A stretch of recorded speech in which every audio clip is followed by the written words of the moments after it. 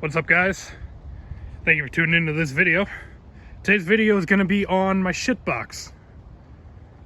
This car's been on the channel before. It's been on a lot of cold start videos, and I also have a full review on it that's not very good. But if you want to check that out, feel free. But this car just recently rolled over 250,000 miles, and this is going to be an update video and an ownership experience of my 2000 Honda Accord.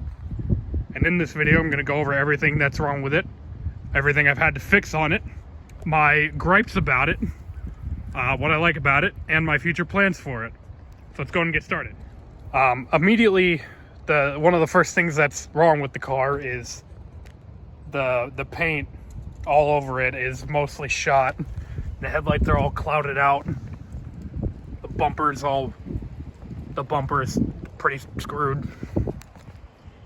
It's dirty. I don't clean it as much as I should. The wheels have some brake dust on them. They used to be much worse than that. It's got its fair share of dents. The rear bumper cover doesn't align here. The paint's all gone. Like the clear coat's all failing. It's all gone on the roof. The rear bumper, more clear coat failure, more bumper misalignment, more scrapes and nonsense. A little ouchie where I ran into my garage. This mirror is black, not body color, because another incident involving my garage. And this is a scrape from one of the little crossing gates that goes like this at an apartment complex. And I didn't want to wait for it, so I just drove through it. A little dent right here. The wiper transmission is all worn out, which is annoying. It means the wipers make a ton of noise. Overall, the exterior of this car is a solid 2 out of 10 in terms of condition. Alrighty, now we're in the car. I got a bunch of receipts here. I kept all the receipts for all the work and maintenance that I've had to do to it. And I'm going to start off by saying that I've done 8 oil changes on this car, which came out to $296 for oil changes. And our first receipt here is for a catalytic converter for $503.88. And then our next receipt here is for a clutch, because I had to do the clutch at 229,000 miles for $1,332.99. And then the next receipt here is for clutch slave cylinder. I ended up having to do the clutch slave cylinder like 4 times for $293.21. And then our next receipt here is for valve cover gasket, distributor, and spark plugs for $623.25. And then we got a battery for $141.99. And then we have front brakes, rear brakes, adjust a parking brake. And then they did a window motor. And that came out to $904.23. And then the most recent receipt is front brakes again, and a power steering pump and the reverse switch, so the reverse lights work again, for $850.30. And then you add all that up, and the total cost for maintenance and repairs on this shitbox. And keep in mind that this is a car that I paid $1,800 for. The total cost for all that is $4,945.85. And then you add in the $1,800 I paid for the car, and you get $6,745.85 is what I've spent total on this car. Now let's divide that by roughly how many miles I put on it, which is 33,000.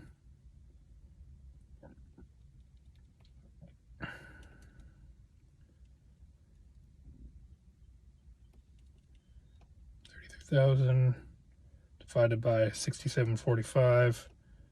So I'm spending just about $5 a mile on this car. Good Lord. Whew, that's terrible. The lesson here is never do math. It's never good news. But with that being said, I'm going to put all my receipts back in my folder. And the only thing left to do now is to drive my shitbox, go over some more stuff that's wrong with it, go over what I like and dislike about it, and then tell you about my future plans for it. So I will get back to you guys in a second. Alrighty, welcome back. Let me know what your thoughts are on this camera angle. Let me know if you enjoy seeing my beautiful face. Now that we're driving the car, I can discuss to you what's wrong with it, what's currently wrong with it, what I like about it, what I dislike about it, what my future plans are. And going over what's currently wrong with it, the answer is there's a lot wrong with this car. It has a lot of faults, but none of them are detrimental faults. Like, they're all little stuff that drives me crazy, but doesn't prevent me from using it every day. And I do use it every day. I still put 500 miles a week on it, and I've put 33,000 miles on it in the time I've owned it. But it still has tons of glaring little faults. And the first of which is that the turn signal doesn't cancel on right turns, which is irritating. And I could fix that by buying a new signal stock, but it's only slightly irritating. It doesn't bother me that much. I mentioned earlier in the video the wiper transmission is all worn out, and that drives me absolutely crazy. I find myself, like, when it's raining, I just drive and I let the rain just, like, I just let the momentum of the car in the wind just blow the rain off the windshield, because I bought the nice Rain-X wipers that clean the windshield as they wipe, so it repels water really easily, and the windshield's reasonably clean. So water just beads off of it. So I don't have to use the wipers that much. When I do have to use them, they make a lot of noise and drive me crazy. Speaking of making a lot of noise and driving me crazy, this thing is such a rattle trap. It rattles like a mofo. And the rattles annoy the hell out of me. And I understand that that's just a shitbox thing, but it rattles a lot. And my phone was shaking a lot. It shakes a lot at highway speeds, and we're doing 60 right now.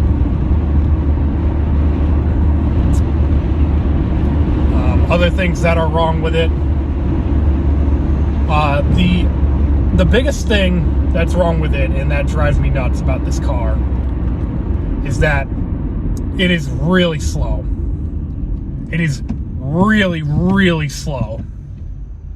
And it definitely wasn't a fast car from the factory, but it's definitely slower now than it was when it was sold new. It's really, really underpowered. The engine feels tired. It barely maintains speed up hills. I have to downshift for even the slightest grade.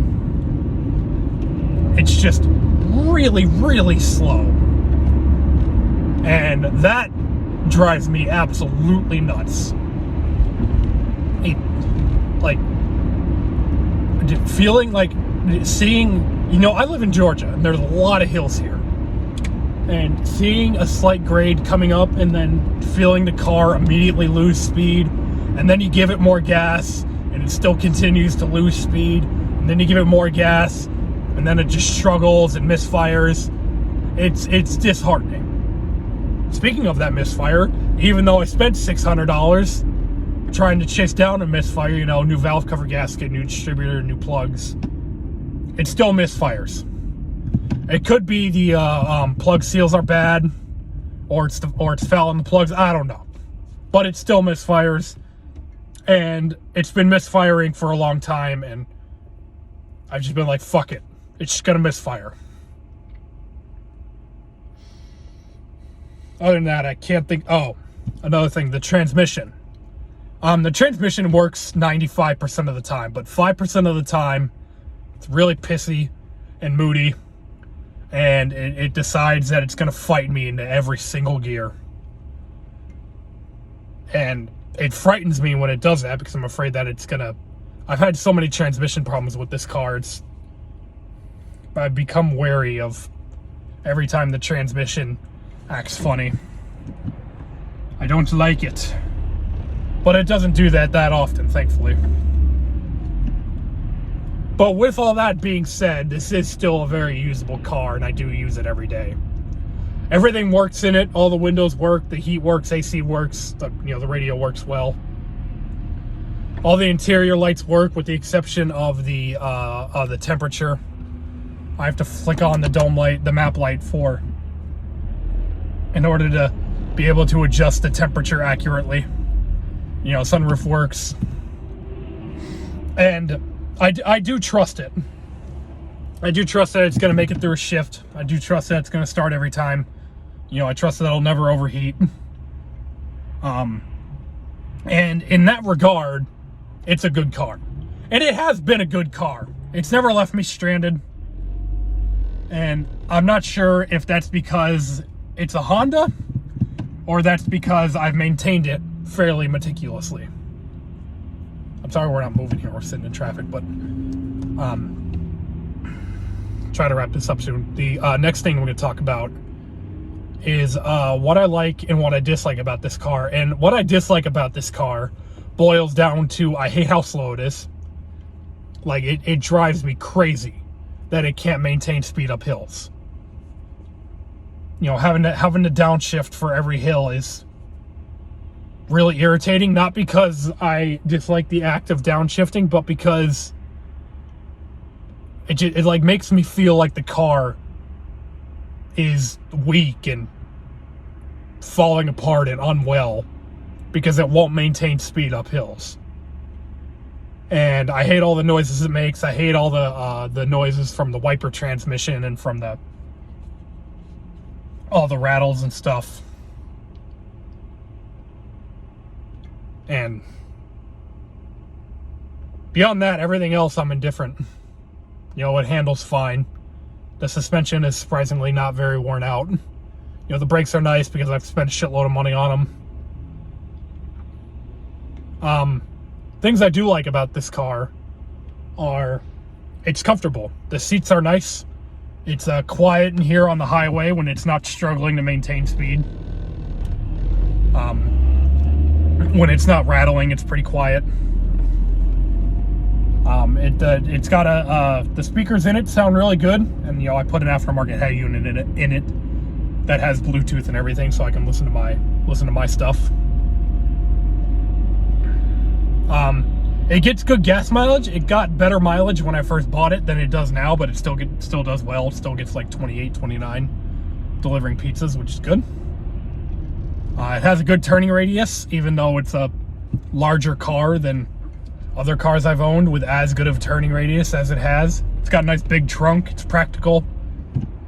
And generally, it is very good at doing what I need it to do, which is why I've kept it for so long. Normally, I own a car for less than a year. And I've had this one for a year and 3 months now, which is going on the longest I've ever owned a car. If you know me, you know I've owned a bunch of cars. And I'm going to do a video soon talking about my full history of owned cars. And normally they filter their way out in anywhere from a month to 8 months to a year.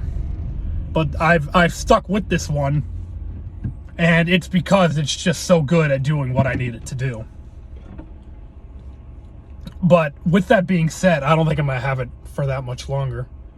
I'm basically just driving it until something else major goes wrong with it, and it needs some other $500 repair or some other $800 repair.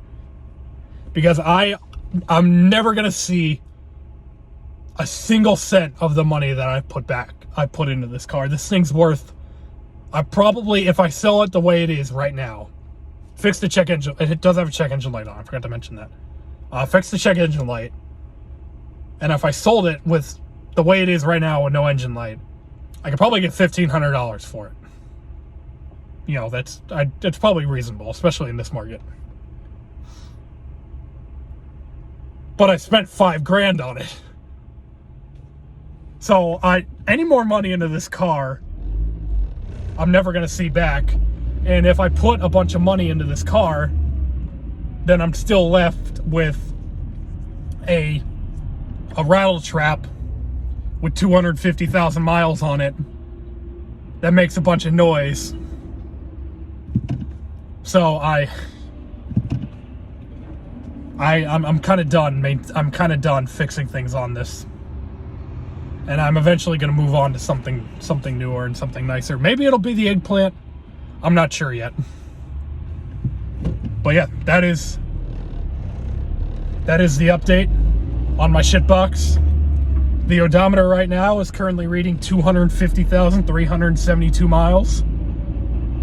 We'll see how much further it goes before it needs some other major repair. Watch it go another 2 years without needing another major repair, or watch it go 2 days. Who knows? But I think that's going to do it for this video. I appreciate you guys tuning in. If you made it all the way through this video with me, I appreciate it. If you like what you saw here, please subscribe. Let me know if you like seeing my face. Let me know if you want to see more of this camera angle. And I will see you guys in the next video. Take care, everyone.